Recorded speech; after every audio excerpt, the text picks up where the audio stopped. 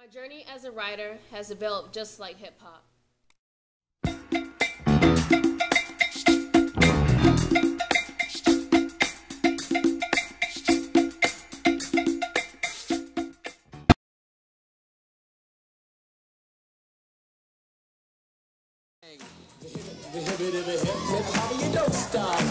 Hip-hop arose during the 1970s when block parties became common in New York City, especially the Bronx.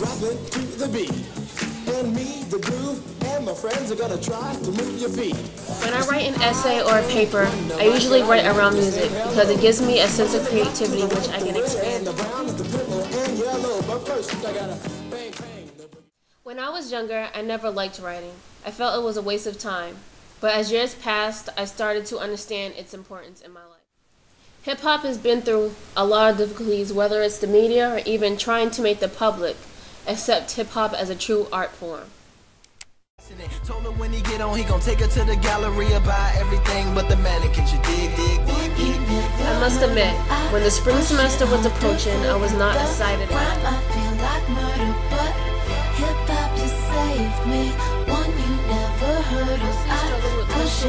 Grammar, and not knowing what to begin. Even though I had weaknesses, I also had strengths. This man Cole said your time might be now. They played your freestyle over Wipe Me Down. They played it 2 times, so they might be crowned as the best thing out the H-Town in the wild. He picked up his son with a great big smile, rapped every single word to the newborn child. Then he put him down and went back to the kitchen and put on another beat and got back to the mission. I was not confident, and I always second-guessed my work. In the woods, keep his lady looking good, have her rolling like she should. Show his homies it's a way other than that flipping yay. Bail his homie out of jail, put a lawyer on his case, throw a concert for those strengths are my ability to create an effective business statement and my organization. It feels good when it happens like that. 2 days from going back to yes sir.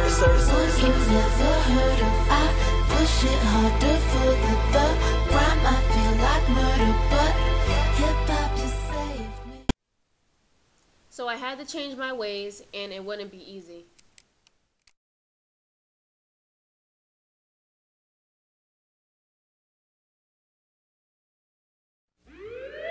You are now about to witness the strength of street I knowledge. know with that attitude, I wouldn't become a successful writer. By the early 1980s, record labels were being formed left and right, and rap was made public to the world. Even though hip-hop was becoming a huge success, some feared its negative effects on everyday people. But to me, I didn't find it negative. It was just telling a story which they lived through. Like them, my hard times gave me the strength. All of my writings have stories behind them and how they were developed. It wasn't easy. A place to spend my quiet nights, time to unwind, so much pressure in this life of mine. The piece of writing that gave me the most difficult time was a narrative essay. All I could see was my mama's eyes. No one knows my struggle. They only see the trouble. Not knowing it's hard to carry on when no one loves you. I decided to write about my grandfather that just passed away, and how his trips meant the world to me. The one trip that stood out for me was our trip to Myrtle Beach as a family. We found a finally spot to kick it, where we could drink liquor and know what bickers over trick. A spot where we can peace, and even though we G's, we still The major problem for me was putting life into this essay and describing the true essence of my grandfather, Ted T. Turner. Mrs. O'Donnell said, "Tell me more about the life he built and what type of man he was." This stirred me into the right direction. I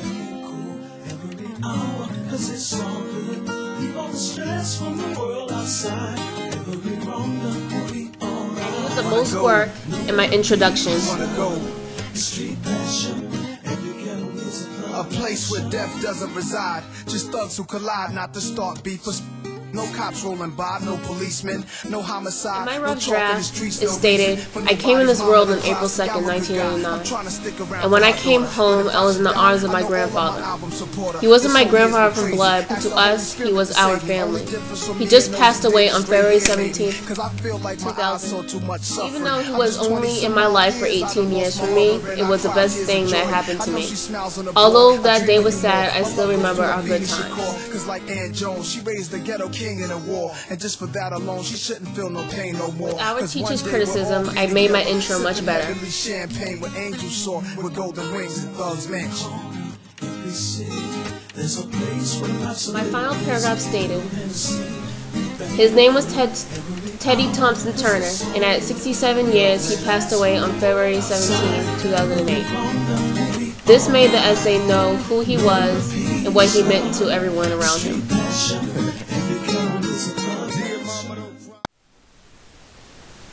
Even though I had hard times, hip-hop always seems to find a way to celebrate. The 1980s saw a flourishing of the first hip-hop artists to achieve mainstream success. By the end of the 1990s, popular hip-hop was sold almost everywhere. Despite hip-hop success, I was becoming very successful myself.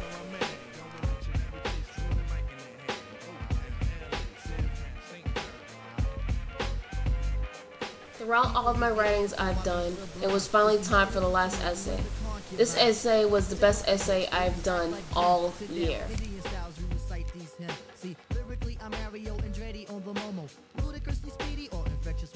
This was an example of my development as a writer.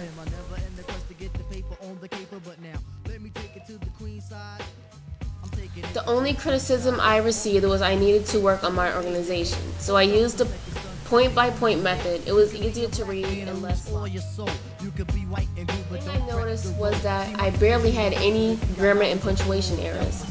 I liked this essay the best because it was the only essay I didn't have to rewrite, and for me, that was an accomplishment. As the decade progressed, hip-hop has transformed from the more or less old-school, rhythmatic rap to a more melodic hip-hop that has the elements of jazz, classical, pop, reggae, and many other genres.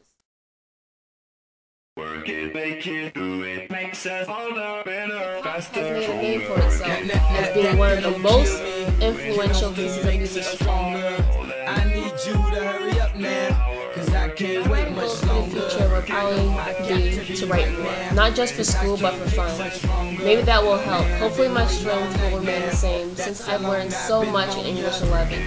So maybe there's hope for English 12 after all. Now that I have improved so much, I enjoy writing much more. In the future, maybe I'll read more because I've heard that improves your grammar skills.